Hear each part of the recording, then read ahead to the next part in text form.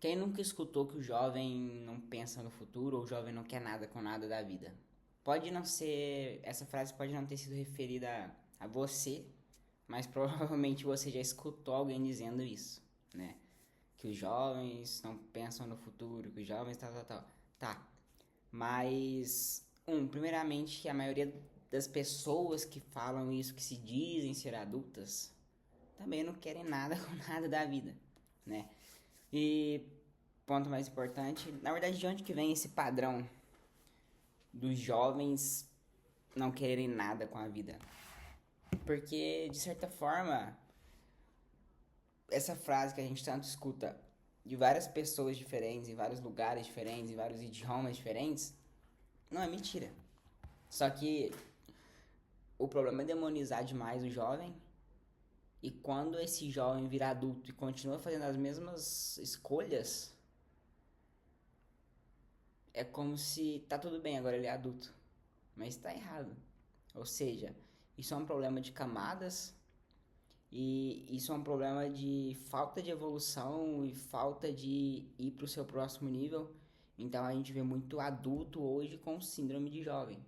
Que é isso? É o adulto, tem 30 e poucos anos, tá indo em baladinha ainda, tá ali fazendo coisas que literalmente adolescentes fazem. E eu não tô falando que festa é coisa de adolescente, mas se você não entendeu o que eu quis dizer na verdade, você é burro, então pode ficar bravo ou você pode começar a estudar e entender o que eu tô tentando te passar aqui, tá? Então vamos lá, né? De onde que vem esse padrão? Por que que os jovens continuam fazendo decisões ruins? Ou por que mesmo sabendo que estão fazendo coisas ruins, eles fazem cada vez mais, eles não param, né? Não conseguem parar. Esse vídeo aqui eu falo exclusivamente de jovens e não sobre esses adultos que têm essa síndrome da adolescência que eu falei, tá? Então eu tô falando de jovens mesmo, pessoas mais jovens. Outra coisa que eu já falei em um vídeo meu que eu não acredito que adulto tem uma idade definida. Então, tipo, fez 20 anos é adulto. Não. Eu acredito que você se torna realmente um adulto através da sua maturidade. Eu sei que é algo genérico, falar, maturidade, ser maturo, mas é isso aí. Então, esse vídeo eu vou misturar um pouco de neurociência, relatos, opiniões que eu desenvolvi observando a sociedade. E eu não quero te convencer a nada, tá? Então, se você quiser me escutar, seja muito bem-vindo. Esse é meu canal de opiniões pessoais e observações, estudos, onde eu constantemente quero mudar e moldar minha opinião, porque eu sei que é assim que eu vou evoluir. Eu não acredito em uma coisa e fico assim defendendo por ego a vida toda. Se eu ver que eu tô errado, ou se eu entender algo que pode ser melhor, eu simplesmente mudo de opinião. Eu tenho esse livre-arbítrio e faço isso desde que vá agregar na minha evolução, tá? Então, se você discordar da minha visão, comenta nesse vídeo. Eu gosto muito de escutar porque é assim que eu moldo minha opinião e aprendo, tá bom? Então, aqui, só quero lembrar que eu tô falando da massa também, onde está inserida a maior parte da população do brasileiro, e não tô falando de exceções, ou, mas o meu amigo fez isso, tá? Seu amigo é uma exceção, então tá? Tô falando da massa, da grande maioria, tá bom? Então vamos lá. Primeiro tópico, o erro na escolha dos jovens. Antes de iniciar o tema, né, eu gostaria de descrever minha bem por cima, né, algumas escolhas ruins dos jovens que eu venho comentar aqui. Então, João, quais são essas escolhas ruins? Por que o jovem não quer nada com a vida, né? Então, eu diria que essas são as piores sementes já plantadas pela humanidade, talvez, que são promiscuidade, vícios, o ego também, né? Então, hoje o que eu vejo? Que os jovens têm um sério problema. Eles preferem cavar e plantar sementes de maus hábitos em sua própria vida e na vida de quem os ama também, tá? Ao invés de plantar sementes boas e assim conquistarem aí até seus próprios sonhos e objetivos. Então, eles sonham, os jovens sonham muito, querem muito, mas eles não fazem 1% para alcançar o que eles querem. Eles não fazem literalmente o mínimo. Eles não têm um livro para ler, eles não têm um hábito saudável, eles não se alimentam bem, tá? Então é isso, eles sonham muito e não fazem nada para se aproximar do seu objetivo. Então, fica nessa ânsia de querer, né? Mas mesmo querendo, eles nunca movem o dedo para alcançar. E o que deixa eles nessa ânsia? É o que eu quero discutir aqui hoje, tá bom? Então, o segundo tema, a imaturidade deixa os jovens fracos. Eu gosto de fazer analogia, então vou passar uma aqui que eu fiz para vocês, tá? Então vamos lá, se imagine agora na seguinte situação. Você tem 14 anos de idade, 13, e tá no aniversário do seu colega de escola e vocês vão sair para andar um pouco na rua e alguém tá lá ou compra uma bebida. Então, tipo, você tem um amigo lá que ele foi e compra uma bebida. Então, seus amigos todos começam a beber, experimentar, e talvez seja a sua primeira vez, e eles te oferecem. Então, sei lá, mistura todas essas emoções e experimenta, né? Então, logo na sua mente, antes ou talvez depois de experimentar, né? Provavelmente vem antes, você lembra de alguma coisa que seu pai ou quem te criou falou, né? Tipo, ó, se alguém te oferecer bebida e drogas, não aceite, eu confio em você. Com certeza você já escutou isso. Ah, João, eu nunca escutei porque meu pai cresceu me dando bebida. Tá, você é uma exceção, tá? A maioria dos pais, pelo menos, tentam falar pro filho, ó, se alguém te oferecer, não bebe, tá bom? Então, você é um garotinho ali, não sabe muito bem das coisas e dá um golinho da bebida, né? Tá todo mundo bebendo, você quer experimentar, você também não quer ser o chato da roda. Mas por quê? Não é culpa sua. Você só não tem capacidade de fazer o difícil quando é certo, tá? Por quê? Porque o seu córtex pré-frontal ainda não tá 100% amadurecido. Mas o que isso significa? Pessoal, já falei em outros vídeos, mas novamente. O nosso córtex pré-frontal é a região do cérebro, resumidamente, que faz você realizar a escolha difícil quando é o certo a fazer. Ou seja, a escolha difícil é dizer não para seus amigos, ser chamado de chato, de careta e talvez ser até excluído da turma. Mas assim seria a opção correta, por mais que ela seja difícil. Mas qualquer opção correta é recusar, porque você está obedecendo seus pais. Então, seria uma visão muito interessante. Mas mesmo assim, você acha que essa explicação minha justificaria uma criança desobediente? Ah, ela não está amadurecida? Ou você acha que seus pais apenas não deram uma boa instrução para você realmente recusar a bebida? Ou sei lá, talvez seu pai é alcoólatra, então mesmo eles tentando te proibir, você cresceu achando que aquilo é normal. Então logo seus pais fazem, eu posso fazer também. Então, por exemplo, ele falou pra eu não beber, mas ele bebe todo dia, deixa eu ver, né? Eu vou beber. Então, assim, tem inúmeros fatores que podem levar uma criança a tomar uma escolha ruim. Mas eu não quero discutir isso aqui. Meu ponto é o seguinte: qual foi a idade da vida dessa criança que ela teve a capacidade real de distinguir o certo e o errado? Qual idade ela pôde olhar para duas escolhas e pensar, nossa, isso é ruim ou isso é bom? Pessoal, sem mimimi, tá? A gente sabe que existem coisas ruins e existem coisas boas. Então eu falo, eu não vou na academia. Isso é ruim. Não é tipo, não, João, eu não quero ir na academia por causa disso, por causa daquilo. Meu corpo, minhas regras, não, isso é ruim, porra. É ruim você não ir na academia, você se alimentar mal, é ruim e você sabe disso. Você ir na academia é bom. Você fazer um esporte é bom. Você comer bem é bom. Você estudar é bom. Você procrastinar é ruim. Você comer mal é ruim. Você roubar é ruim. Então não é tipo, eu acho que isso é certo moralmente, eu não quero entrar em moral, genealogia da moral, nem nada do tipo. Mas você se alimentar mal é ruim e pronto, acabou. Não tem discussão aqui. Então existe esse tópico. Então quando que a criança consegue pensar de fato isso é ruim ou isso é bom? Ela não tá pensando nisso, ela tá pensando certo, errado, meio bagunçado.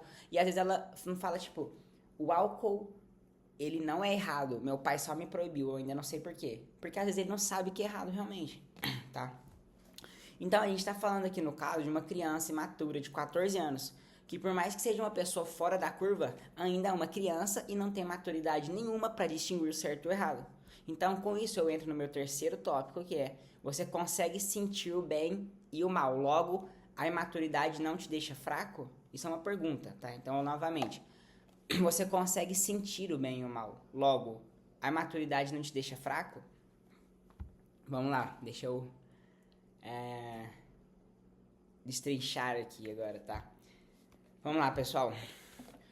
O que é certo e o que é errado. Foi o que eu acabei de dizer aqui. E isso, na verdade, é uma questão levantada há anos. Inclusive, tem esse livro que eu até citei ali em cima, né? Que eu já li, do Nietzsche, que é a Genealogia da Moral. Então, o certo, hoje, o que é? Ele é entendido como ações e comportamentos positivos e éticos que descrevem o que é considerado moralmente aceito pela sociedade, tá? E o que seria o errado? O errado é o oposto disso, certo? O errado é o oposto. Mas quem realmente pode dizer se algo é ou não certo? É ou não errado? Eu não tô falando... Faranda. Pessoal, eu não tô falando nada fora da lei aqui, né? Tipo, matar alguém. Pô, todo mundo sabe que isso é errado, cara. Então tô falando de práticas, assim, talvez até listas, né? Ou que a gente julga mais moralmente, tá? Tipo, beber. Beber é lícito. Eu tomar álcool é lícito, né? Álcool é liberado. Se eu for pegar, assim, hoje o caso de uma droga... Álcool é droga, tá? Isso aqui é uma droga lícita. Se eu for pegar uma droga mais pesada aí, né? Ilícita, é fora da lei. Então também não tô falando disso aqui agora. O fato é o seguinte, você sai no sábado... é o que eu queria falar pra vocês aqui, né? Vamos supor agora outro momento. Você já é um adulto, seja você homem ou mulher, tanto faz. Se imagina em outra situação agora. Você vai lá, sai no sábado, sem nenhuma preocupação, tipo, de trabalho, nada do tipo, você tá tranquilo. E é sábado, amanhã é domingo, você não trabalha, tá de boa. Então você vai pra uma balada, fica bêbado, faz graça, ri com os amigos, zoa, faz burrada, fica com alguém, fica com mulher, fica com homem, sei lá o que você faz da sua vida aí. E aí, com sorte, você consegue até, sei lá, vai pra casa com alguém, faz aquilo, né, que geralmente o pessoal que vai pra esse tipo de ambiente procura. Só que tem uma coisa que eu tenho certeza absoluta, que se você não sente isso aqui, tem alguma coisa errada. Depois disso tudo, pode ser, não ser na primeira, pode acontecer uma vez ou outra no começo, mas depois tem mais frequência. Você acorda no domingo, meio-dia, de ressaca, aquela sede, com fome, o corpo ruim, você se sente sujo, aquela ressaca moral também, né? Não é só ressaca física, aquela mente culpando. Então, eu tenho certeza absoluta que você não tá com aquela mesma sensação de quando você foi sair. Você não tá mais se sentindo bem. Eu tenho certeza que seus problemas não desapareceram. Eu tenho certeza que a seguinte frase vem na sua cabeça: nossa, agora eu vou mudar de vida. Ai, tô arrependido. Tô arrependido. Então, como se fosse mágica realmente, do dia pra noite, se você fosse quebrar todas as correntes que te prendessem nessa vida vazia, como se você ainda tivesse no controle da sua vida, você acha que vai mudar. Que, porra, esse arrependimento te vai fazer mudar. E o que eu sinto com isso? Eu tenho uma certeza muito grande que é nesse breve intervalo entre acordar, levantar e pensar, você soube que isso não é correto. Se embriagar, ser promíscuo, não pensar nas sementes que plantou. Porque aquele arrependimentozinho tá te indicando a direção. Aquele arrependimentozinho que vem, ele tá te falando, isso não é certo. Tá entendendo? Então, assim como até uma criança de 14 anos pode beber escondido dos pais, e depois disso saber que fez algo errado, como é que eu posso dizer, ó? Vamos lá, de novo. Uma criança de 14 anos, né? Voltando no outro exemplo. Como uma criança de 14 anos, ela pode beber escondido dos pais, mas depois disso, ela saber que fez algo errado, por causa do arrependimento, então não é verdade. A imaturidade não deixa os jovens fracos. Mesmo que para descobrir isso, eles precisam de certa forma errar primeiro. Porque a gente tá aqui na vida para ter experiências também, né? Não é como se eu vou sair tendo todo tipo de experiência. Não, não é isso que eu tô falando. Mas a gente precisa ter essas experiências para nossa evolução. Tem coisas que não dá para aprender com o erro dos outros. Então agora, a gente consegue ter a consciência de que isso que a gente faz não é certo. Porque a gente tem um arrependimento, a gente tem aquela vozinha na nossa cabeça. Então, voltando aqui, qual que era o título, né? A imaturidade te deixa fraco? A imaturidade, ou seja, você ser muito novo, tal, isso de certa forma, por você ser imaturo, você não consegue distinguir o certo e o errado? Na verdade, eu penso o contrário, eu penso que até as pessoas imaturas conseguem distinguir o certo e o errado. Só que eu não tô falando aqui que uma criança tem que distinguir o certo e o errado e parar de fazer porque a criança tem que mudar de vida, não. A criança não vai, até ela sabendo que é errado, ela vai fazer várias e várias vezes de novo, né? Só que eu tô falando o seguinte, a imaturidade não é o que causa fraqueza nos adolescentes. Não é isso que deixa eles naquilo que a gente volta pro início do vídeo. Ah, jovens não pensam no futuro. Isso é ser fraco. O jovem que não pensa no futuro, que não tá fazendo por onde no presente para ter um bom futuro, ele é fraco. Mas não é imaturidade que te deixa fraco em si. Você consegue entender a diferença? É algo até estranho de falar, pô, mas um jovem imaturo, é maturidade que faz ele tomar ações ruins. Aí eu volto pro ponto que eu falei agora, sim e não. Lógico, a maturidade influencia muito, né? O que é maturidade, na verdade? Vamos ir mais a fundo, vamos conversar, vamos entender o conceito. O que é maturidade? O que é imaturidade? O que é uma pessoa madura? O que é uma pessoa imatura? Mas o que eu quero dizer a fundo é que até as pessoas imaturas conseguem distinguir o certo e o errado quando tomam decisões ruins. Resumindo tudo, é isso. Ou seja, eu não quero jogar a culpa na imaturidade. Então, quando eu falo que não é a imaturidade que deixa um jovem fraco, eu não tô falando assim que as pessoas podem ser imaturas. Eu tô falando que tem outros fatores a serem observados. Qual que é esse fator? É aquela vozinha na sua cabeça, falando que tá errado, te deixando arrependido. Sabe quando você é criança e briga com a sua mãe? Você pode ser criança. Depois de passar um dia, sei lá, algumas horas, você vai ficar arrependido. Você não fica arrependido? Por quê? Porque alguma vozinha na sua cabeça começou a te falar algumas coisas. Tipo, nossa, o que você fez com a sua mãe? Por que você falou assim com ela? Entende? Então, a culpa não é 100% da imaturidade. Por mais que ela tenha participação. Porque, no fundo, a gente sente o que é certo e o que é errado. É isso que eu queria dizer com esse terceiro tema. A gente sente o certo, a gente sente o errado.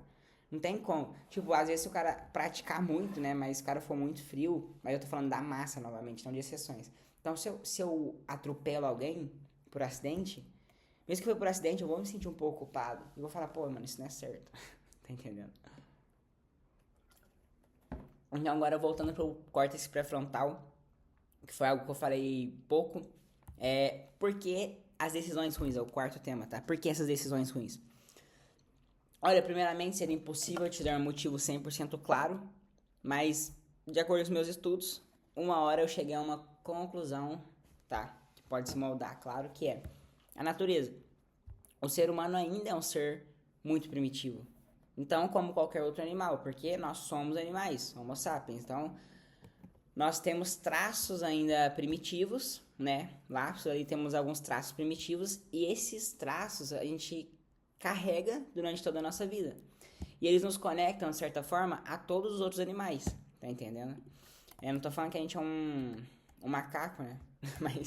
mas querendo ou não, a gente tem esses traços, eles conectam, sim, nossos comportamentos a animais. Só que diferente, né? Nós temos sentimentos, nós amamos, nós temos emoções. Só que a gente ainda faz parte do reino animal. Então a gente compartilha características biológicas, né, comportamentos, instintos de outras espécies, né? Compartilhamos com outras espécies, né? Melhor assim. Porém, eu não quero entrar nesse tema aqui nesse vídeo, mas eu queria aqui deixar isso claro para vocês entenderem que somos animais. Então, isso eu não tô falando da boca para fora, né? Ah, a gente é animal e pronto, acabou. Não. Isso a gente analisa, a gente estuda, né? Então, eu gosto de estudar, lógico, e foi o que eu fiz aqui, perspectivas diferentes, né? Como a perspectiva biológica, a perspectiva tecnológica também. Também tem a comportamental, é uma perspectiva, né? Então, social, perspectiva filosófica. A gente tem que estudar tudo isso pra gente conseguir falar, mas isso é verdade, nós somos animais, né? Então a gente compartilha essas características, esses instintos. Então, tem um cara que chama Kahneman. Kahneman, um negócio assim, eu não sei pronunciar o nome dele, tá? Mas ele tem um estudo legal, vou deixar na descrição aqui. Tá na Forbes, na verdade. Uma coluna da Forbes lá, que acho que se chama Os Dois Cérebros. Algo assim, eu vou deixar na descrição aqui do vídeo, tá? Então, o que ele fala? Ele fala que nosso cérebro se divide em dois. Que é o mais primitivo. E ele chama de cérebro rápido. Eu gosto muito dessa forma que ele fala, porque é entendível. Então, e o mais moderno, né? Que é o outro lado do cérebro, que é o córtex pré-frontal. Então, ele chama de cérebro lento. Então, o cérebro rápido está sempre buscando gratificação instantânea. Ele é rápido. Ele não está nem aí para o nosso futuro. E já o nosso cérebro mais lento, ele não está se preocupando com agora, ele quer saber do amanhã. Tá entendendo? Então, lento amanhã, rápido hoje, agora. Então, as nossas decisões, elas não são tomadas apenas no córtex, ou cérebro lento. Elas são afetadas também pelo cérebro primitivo, que é o rápido. Tá entendendo por que eu falei que temos, compartilhamos instintos, tal, animalescos? Porque somos primitivos ainda? Por causa disso aqui, tá? Então, o pensamento dele, do Kahneman, é o seguinte: o que vai me proporcionar, na verdade, o pensamento do cérebro rápido, pessoal, eu viajei aqui. Então, o que o nosso cérebro rápido pensa? O que vai me proporcionar prazer nesse instante?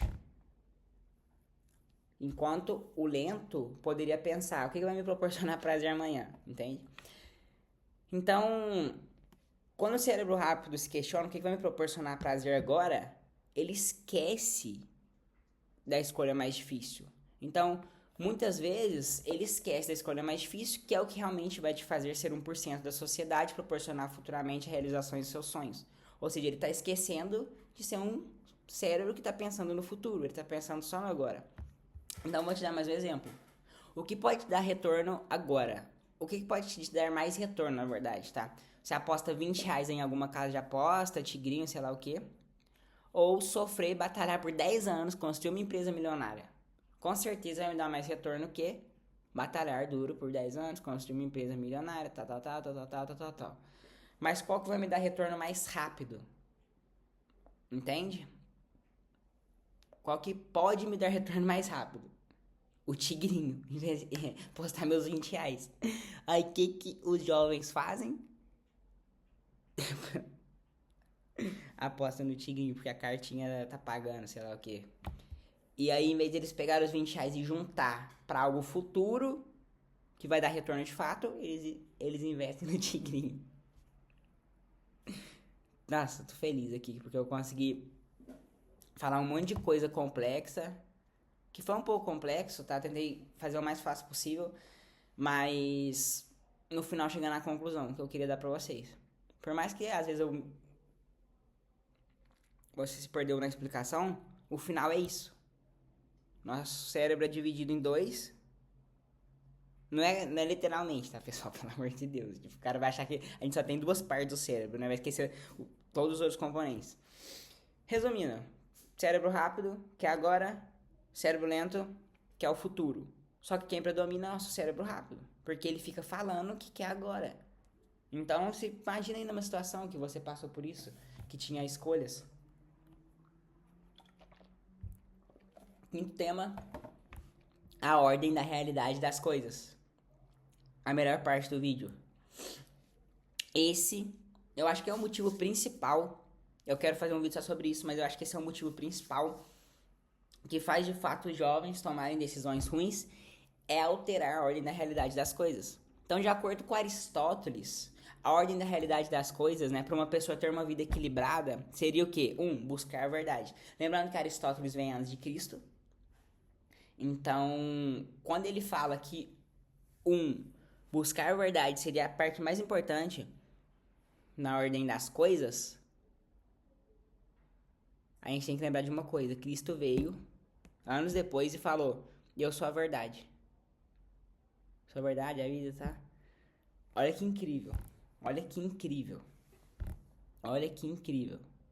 E o que os jovens fazem? Eles não buscam a verdade. O que é buscar a verdade? Você estudar, você ir atrás, é buscar a verdade. O nome já diz, pô, buscar a verdade. Então, a gente fazer juízos verdadeiros sobre a realidade da vida, a gente se esquivar de deixar guiar apenas pelos sentimentos, entende? Hoje é bem mais fácil pra gente, né? Porque a gente tem internet, tal. Mas quando Aristóteles cria essa ordem da realidade, Cristo ainda não tinha nos dado o privilégio, né, de descer aqui em vida. Então, ele falava que a gente tinha que buscar a verdade, mas naquela época eles não sabiam exatamente o que, né? Mas hoje, para buscar a verdade, é só lembrar da frase de Jesus, né? Que ele fala: o seu caminho, a verdade e a vida. Então, a gente já tem o caminho da verdade. O caminho fica mais leve para nós, porque a gente já sabe para onde ir, para quem seguir, que é Cristo. Então, a gente precisa continuar seguindo a ordem dos outros itens. Entende? Depois disso, que a segunda é a vocação. Então, no caso, o que Aristóteles quer dizer aqui? Ele quer dizer sobre o que a gente deseja de fato. construir aquilo que desejamos viver e não o que nascemos com facilidade, né?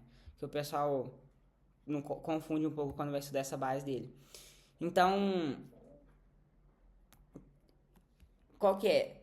Existe essa facilidade, né, que uma pessoa tem para realizar tarefas de excelência, né? Que o pessoal fala que ele tem aquele dom, né?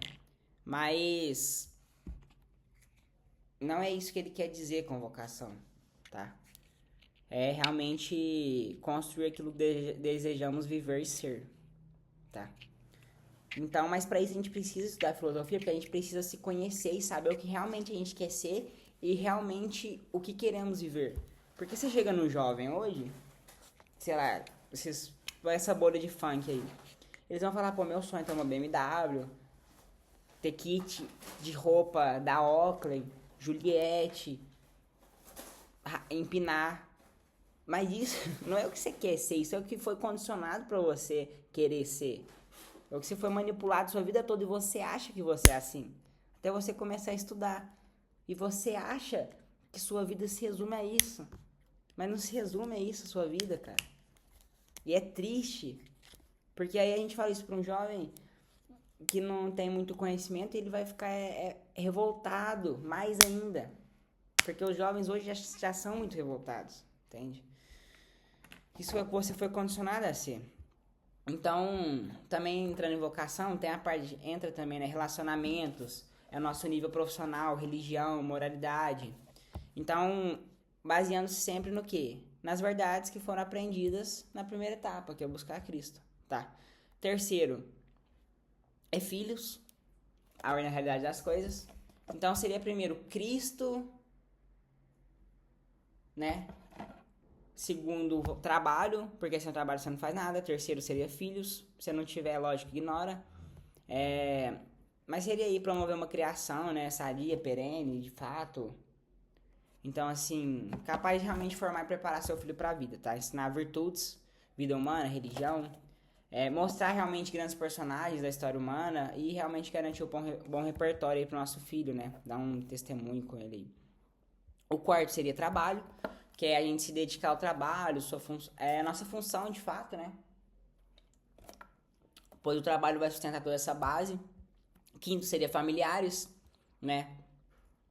E também família distante, né? O que seria família distante? Aquele que não faz parte do núcleo formado quando você se casou, né? Porque quando você se casa, de fato, o mais importante é sua esposa, entende? Querendo ou não, sua esposa fica acima até da sua própria mãe. E se você não entende isso, se você acha que o que eu tô falando é besteira, vai estudar, tá? Eu não tô aqui pra te convencer nada, como eu disse, mas vai estudar até você entender que o mais importante na vida do homem, quando ele se casa, é a nova família dele e depois a família distante, tá bom? E depois, vocês são amigos. Então é assim, realmente cuidar, cultivar ciclo de amizades, tá? Não, eu sou um lobo solitário, que não sei o quê. Meu irmão, você é um bunda mole. Isso que você é, tá? Você é um bunda mole. Acha suas amizades verdadeiras aí. Vê o vídeo que eu tenho aí sobre você não ter amigos e aprende que realmente é um amigo também, né? Então para de ser um bunda mole aí, levanta da cadeira. 7. É o ego. Ego e prazeres, tá? Então aqui entra cuidar de si mesmo, voltar atenção para as próprias necessidades, tal. Então, pessoal, estudem essa base, tá, de Aristóteles. E o que eu quis dizer com isso tudo? É que, de acordo com Aristóteles, quando a ordem está alterada, que é o que mais acontece... O que foi? Vem cá. Olha aqui, pessoal. Olha aqui, pessoal. Olha aqui, pessoal.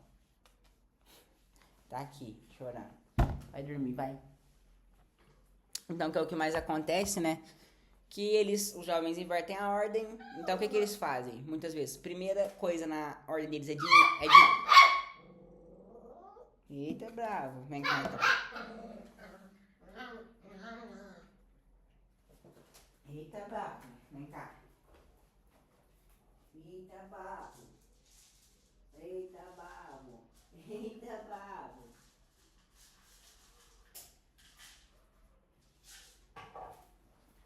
Pronto, pessoal. Que eu tava falando que a primeira coisa que os jovens fazem, né? Quando eles começam a ficar mais independentes é inverter essa ordem e colocar, por exemplo, dinheiro primeiro. Isso é o que eu vejo a maioria dos jovens fazer. Então, a primeira coisa na ordem deles é o dinheiro. E não Deus, e não a verdade, e não família, entende? E não espírito. Então, o jovem coloca o dinheiro acima de tudo. O dinheiro é o Deus dele, isso é um problema muito grande. Por quê? Porque na cabeça dele ele só vai ficar feliz quando ele atingir aquele objetivo. E muitas vezes quando ele atinge, o que acontece? Ele se frustra. Porque ele percebe que ele começa a se sentir vazio. Pô, eu tenho dinheiro, era tudo que eu queria, agora eu me sinto vazio, não me sinto completo, né? Então, se você inverter uma coisa da ordem correta, seria... O que seria a ordem correta? Você realmente parar para alinhar seus valores, suas virtudes, né? Tudo fica 100% desalinhado, né? Se você inverter uma coisa da ordem, não é como se fosse ficar 80% alinhado, não, tudo fica 100%. Então, assim, talvez você até tenha prosperidade em uma área da sua vida, mas o custo vai ser muito mais alto, muito mais pesado a carga. Então, às vezes, você vai cometer até crimes para conseguir alguma coisa, que é o que a gente vê os jovens fazendo. Roubando, fazendo loja virtual para dar golpe, fazendo crime de doação online. Ou seja, ele inverteu uma coisa da ordem. E como o dinheiro é o mais importante na vida dele, ele não liga pra moral, ele não liga pra ética, ele não liga pra Cristo, ele não liga pra porra nenhuma, ele só quer o dinheiro. Entende? E quando ele só liga pro dinheiro, ele tá disposto a fazer qualquer coisa pra alcançar aquilo. Até roubar, até ser moralmente... Enfim, vocês entenderam, né? Esse aqui é um tema que eu não gosto muito de falar. Então, é isso. Resumindo a ordem de Aristóteles. E assim ele só vai se afundando, afundando em coisas vazias. E uma coisa puxa a outra, né, pessoal? Então, para finalizar o vídeo, minha opinião pessoal, os jovens, eles são, assim, por escolha própria. Pessoal, aqui eu queria falar sobre o... Eu pensei em falar sobre o... Nessa parte aqui, eu tinha deixado um cheque aqui anotado, ó, no meu caderno para falar sobre o cérebro límbico e algumas outras coisas. Mas a realidade é que depois de gravar esse vídeo, depois de estudar um pouco para fazer, eu decidi que eu nem quero dar minha opinião aqui nesse momento. Prefiro deixar um vídeo separado para isso. Eu só quis deixar os pontos que eu estudei, anotei aqui. E eu quero que vocês tirem proveito disso. Pois realmente foi algo que me custou, me demandou muito tempo. E muita busca pela verdade. Então eu acho que eu cheguei numa conclusão que não era algo que eu deveria guardar somente pra mim. Tá? Que seria algo que realmente vale a pena ser compartilhado. Faz meses que eu não posto vídeo. Não é algo que gostaria de ter parado, mas eu tive objetivos, tive prioridades maiores do que isso na minha vida nesses últimos tempos. E pessoal, é tudo isso aí. Fiquem com Deus. Bons estudos, busquem sempre a verdade.